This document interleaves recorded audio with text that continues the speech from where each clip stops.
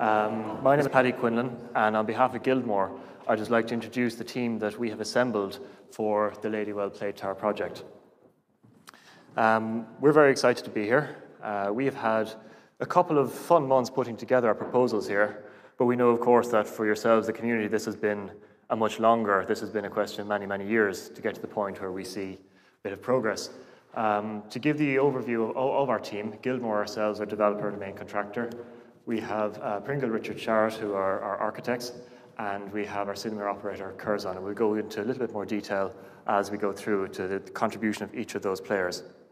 So for us, we're here to give you our ideas, but I think what's also really important on a night like tonight is actually hearing what it is you've got to say to us and listening to that. And I think it's fair to say that we like to think we have a little bit of form in that matter. The image on the screen behind us here is Poplar Baths. Some of you may know it.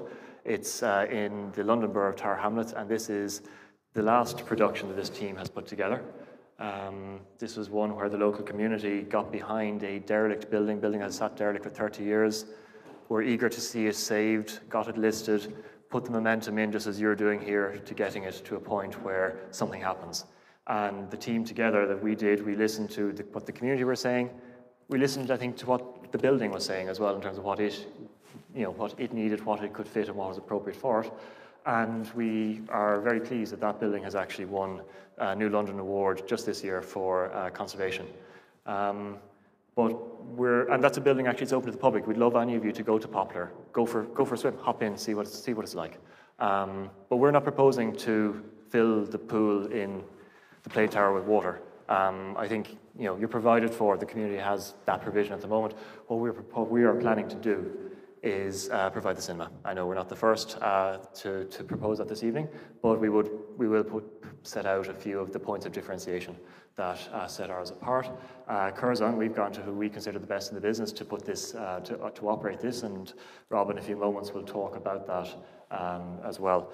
But I think what I'd like to do now is just pass over to Malcolm to maybe go through a bit more of the detail of the proposal.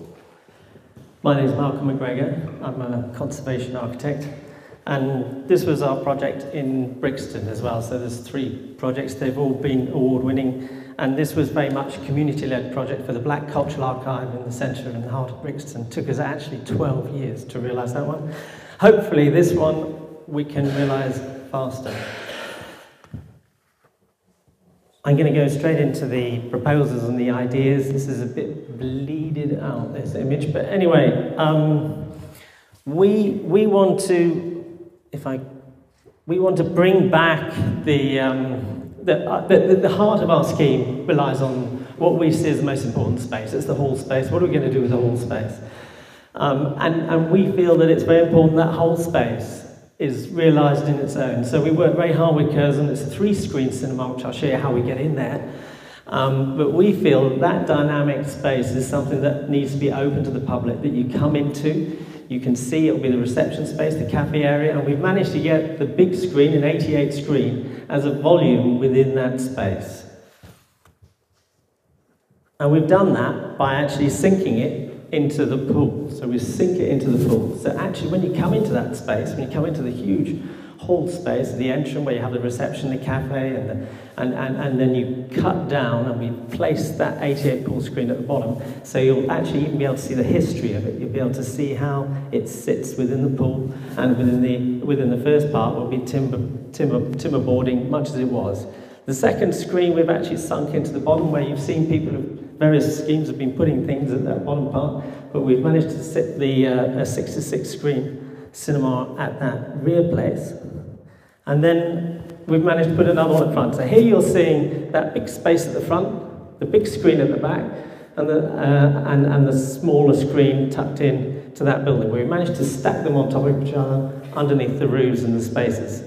We've kept both entrances going. There is that entrance at the front into the main pool hall space. And on the left-hand side, we've created a restaurant space.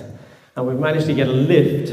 We're sort of reorganising the staircase and lift. So we actually want to replace the conical, but we're proposing to replace it in its form, but we will use what's called an air source heat.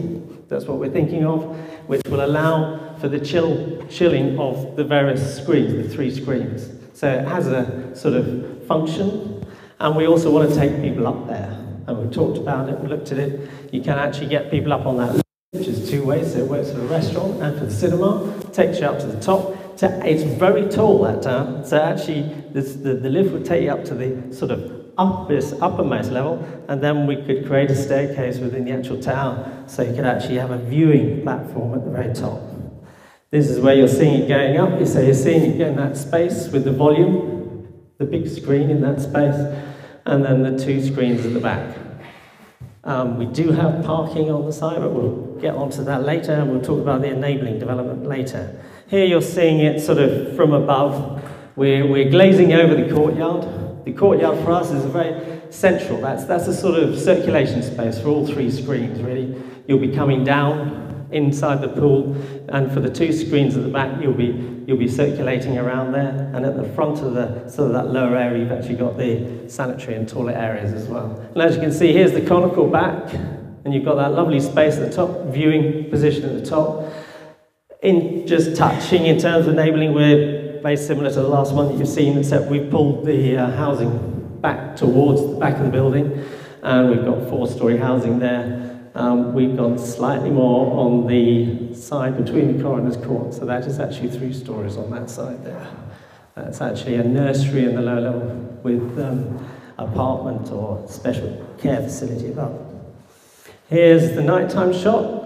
So this is bringing back life to the street, and there you're seeing those 3 entrances open. We're hoping it'll spill out. We're hoping you'll be able to see in. There'll be this sort of golden, glowing place that will attract people to go to, as well as that essential quality of being able to realise that whole space. It was really, I suppose, when we're talking to Curzon and we're talking about cinema, how you do a cinema, and it was this sort of box in box. When you said box in box, I thought, that could be box in box. Is how we came up with the sort of idea of the golden egg that brings it back to life. And then the restaurant on the side, it works. There are these 2 entrances, they're existing, we're not creating anything new. And we've got the lovely restaurant opening up on the left-hand side, and we're putting the kitchens above. And as I say, you go up to the very top. Now, Curzon, Rob, can we talk about the cinema? Thank you. You've got. Make sure it's working. Yeah, it is. Thank you very much. My name is Robert Kenny. I'm from Curzon Cinemas. Yeah, for sure. I should have remembered that.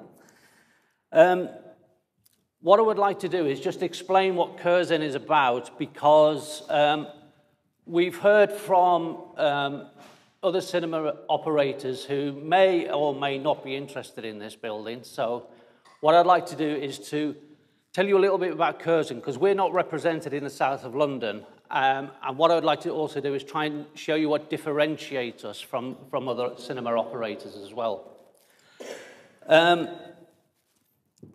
Curzon was first established in 1934. Our first cinema was in Curzon Street in Mayfair. And the current chairman of our company is a person called Roger Wingate. His father, Harold Wingate, founded the original Curzon in 1934. So we've been around for an awful long time. The company remains privately owned, and we're now at the stage where we've got 13 cinemas, mainly in London, but certainly not in South London. There's Southwest London in Richmond and Wimbledon. But mainly London-based. Over the last few years, we have also opened cinemas outside of London in Canterbury, Sheffield, Knutsford and Ripon. But we feel our strength is within London, certainly. In addition to the cinema side of our business, we also have 2 other divisions within the business which are important to us. Curzon Artificial Eye is a distributor of films in the UK, and it's their 40th birthday this year as well. So basically what happens is they will buy the rights to show the films in the UK. We'll show them in our cinemas, we'll show them in other cinemas too. They're mainly foreign language films. The Handmaiden, which is our film, this week has just surpassed a film called Julieta, a Spanish film by Pedro Almodovar, to become the highest grossing foreign language film in the UK in the last 5 years. So we've worked really hard with our film. It's a Korean film. It's a tough watch, but I would recommend that you go and watch it if you want. Or you can see it from next week on our third division of our business, which is Curzon Home Cinema. What's home cinema? It's a streaming service that you might know better as something along the lines of Netflix or Amazon. But the Curzon Home Cinema is, what we try to do with that is something similar to the physical cinemas themselves, and we try to curate it, have a more curated approach to the platform rather than Netflix, where you go on and you find 5 million films and you don't know what to watch. Our home cinema service will only have 500 films, no more than that. This thing on the table in front of us here is a BAFTA, and we were awarded a BAFTA earlier on this year for, now let me get this title right, the Outstanding Contribution to British Cinema. And that is, I hope, a recognition of the work that we've done both as a distributor and an exhibitor, over the last 80 years. So we're a well-established company, even though you might not know us in South East London. What differentiates us from other cinemas? I have to say this, because it was part of my presentation at the beginning of the night. We're an accredited London living wage employer, and we have been since 2014. We're opening, our next cinema to open is in Oxford. And in Oxford, what we're doing is we're committing to employ 95% of local people who either live, study, or work in Oxford. And we'd be looking to bring something similar to that scheme into Lewisham as well, if we were successful. How long have those slides been up for? You go on. You're doing well. What I would like to say is that all of our cinemas, none of our cinemas are on retail parks like a multiplex. You might expect a multiplex operator to be on a soulless retail park. We strongly believe in opening cinemas in city centres so that we become a focal point for the community. What we've put up there, this is a cinema that we opened in Canterbury nearly 3 years ago now. We really strongly want the local community to own the cinema itself. So the photograph over to the left is a tea party for somebody local whose house wasn't big enough. So we hired them the bar area in Canterbury. The bottom picture, which you mightn't be able to see there, but that's a special Valentine's evening package that we did for people. And the other picture is just two random guys that walked in.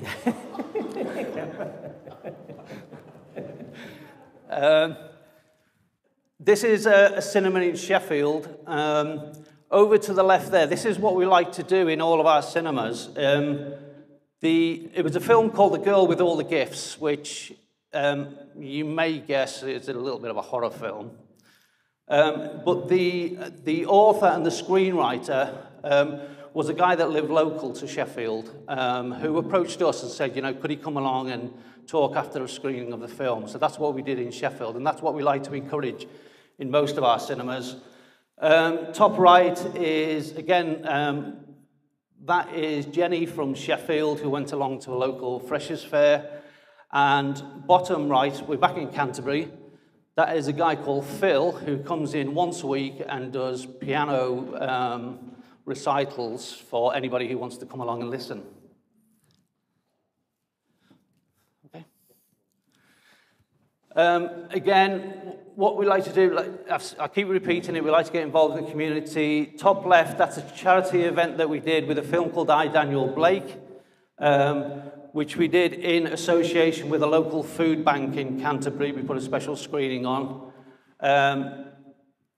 Baby Club on the bottom right, and then the last image was a guy called Denzel Washington, who was at one of our cinemas.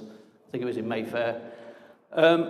One last thing I'd like to mention before we go, we're talking to somebody called the Listeners Project, which we think is a fantastic scheme, where there's people who film spaces before they're redeveloped, and then they will, we commission them to make this film, and then the film is screened within the space itself before it's redeveloped. And there's no reason then why we can't go on and do that in the future. We're running out of time. We're running out of time, but just to get through the heritage part, I mean, you've heard a lot this evening about it. Obviously, the most important point is that big space that we're using. The lovely picture we found here, which is actually this church here, showing the Edwardian sort of, and the Victorian red brick, and unfortunately this church has lost some of its grandness there, but it really shows you the company that we're dealing with, and this slide which you've seen before, which shows the relationship. But what we're trying to do is, we worked a lot, the conservation information done by Lewisham in the run-up to this is fantastic, but we will be looking at spaces. So here is just a way internationally recognise how you run and work with conservation, picking out the most important space, being that main hall space, that entrance space, and then running through. So you see here, we would be taking to the roof, the main roof of the space, the play tower, and that front elevation, all the most significant parts that we will be restoring carefully in great detail. Delivery. Right, and then finally back to the slightly more boring but unfortunately necessary part. Probably the first and last line on this bit is, I think, the only pitch that's put here this evening that is not reliant on external funding. And what does that mean?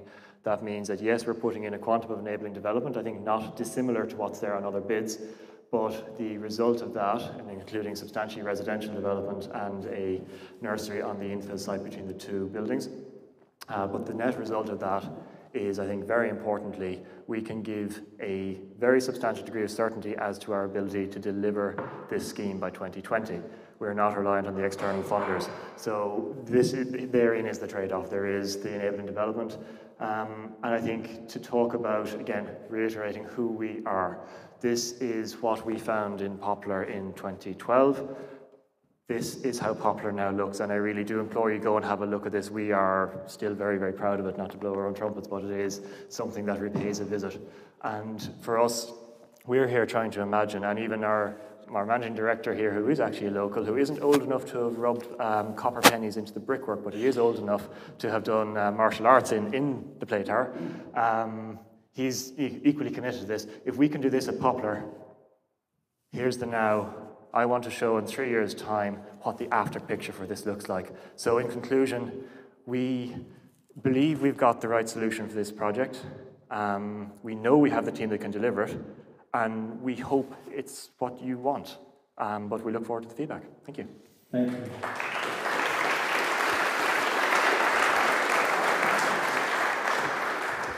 Okay, Andy, could you find us some lights, and then we can ask. Yeah, brilliant.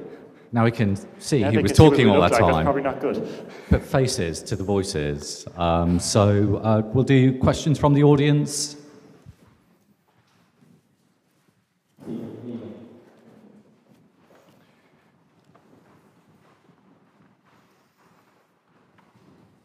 I just want to ask about this interesting mix of uses you're talking about. There's a nursery and some care.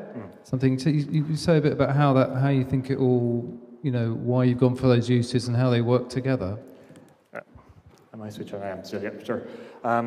Two elements to the enabling development. At the rear of the site, besides St Mary's Church, is residential apartments, which are part of what is helping to pay for it. On the site in between, we have looked at a few variants. We've looked at residential apartments, but we've also realised that's a sensitive site for the community. It's a site on a run of public buildings. We probably would find a better return out of private residential there, but we've tried to see is there other uses that give a little bit more back to the community. Not set in stone, but we have been looking at a nursery use, and we're also our related organisation actually runs care homes for the elderly. So we've been trying to figure out, is there a use of that nature? Now, the two of them aren't the perfect bedfellows, but that's our whole process at the moment. To be confirmed, but it's trying to get in something else in there that isn't purely just a block of apartments. We're trying to get some other uses in there too, but open for feedback on that too. I mean, I think the nurseries and care homes do work well together. Actually, there's one in Lambeth that's just open. Anyway. Thank you.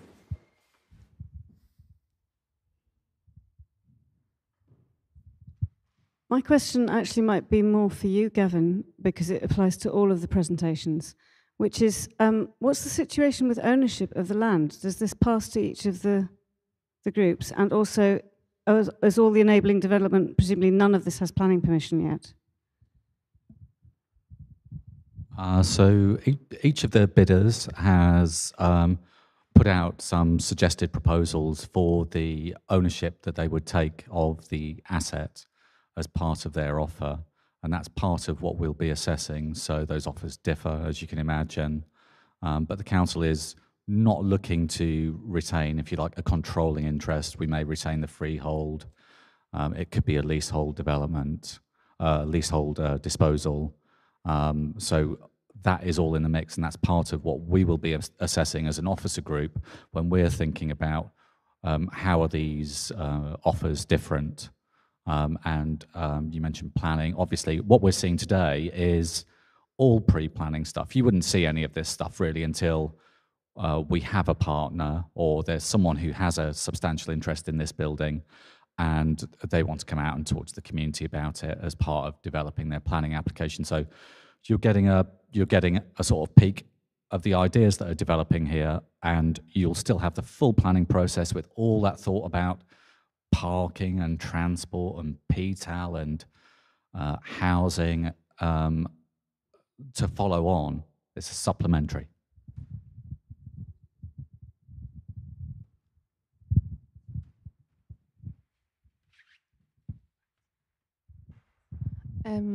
Can I ask what exactly you are planning for behind the bathhouse as the enabling development, and what you talk about it being able to be delivered in 3 years, and that's a reason not to have lottery funding.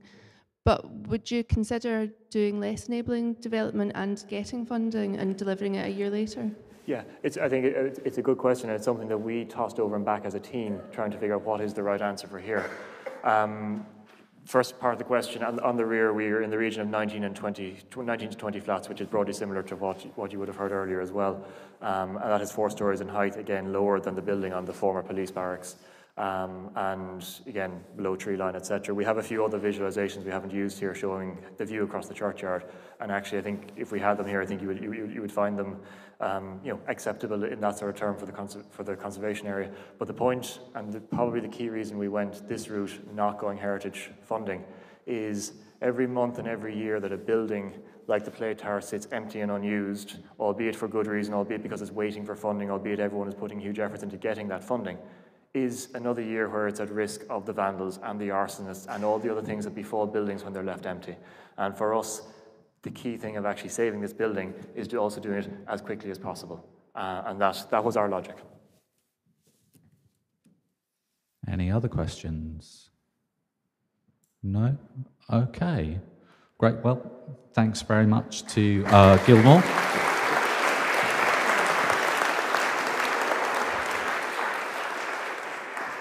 So